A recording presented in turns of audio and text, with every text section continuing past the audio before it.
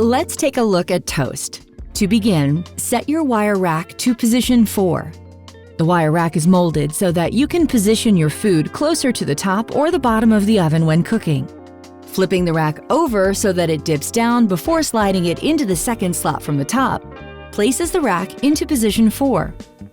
This is the center of the oven, which allows the Element IQ system to deliver high heat evenly from the top and bottom elements for perfect toast. Now, be sure to place your bread slices close to the center of the rack. You can fit up to 9 slices of regular sandwich bread. Close the oven door and use the Confirm dial to set the indicator on the LCD screen to toast. You'll see the toasting darkness icons at the bottom. The left number shows your darkness selection. Turn the temperature dial left to reduce the darkness or right to increase it. The right figure indicates the number of slices. To adjust, turn the time dial, left to decrease or right to increase. Press the Start/Stop button and you'll notice a ding and the LCD turning orange.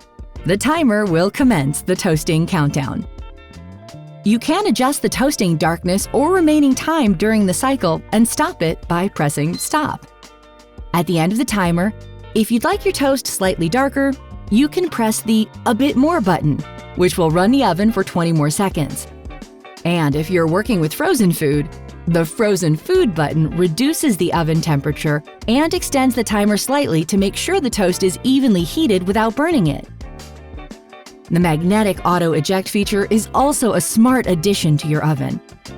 Basically, when the wire rack is inserted into rack position 3 or 4, it will automatically eject halfway out of the oven when the door is opening, so you can easily remove your food.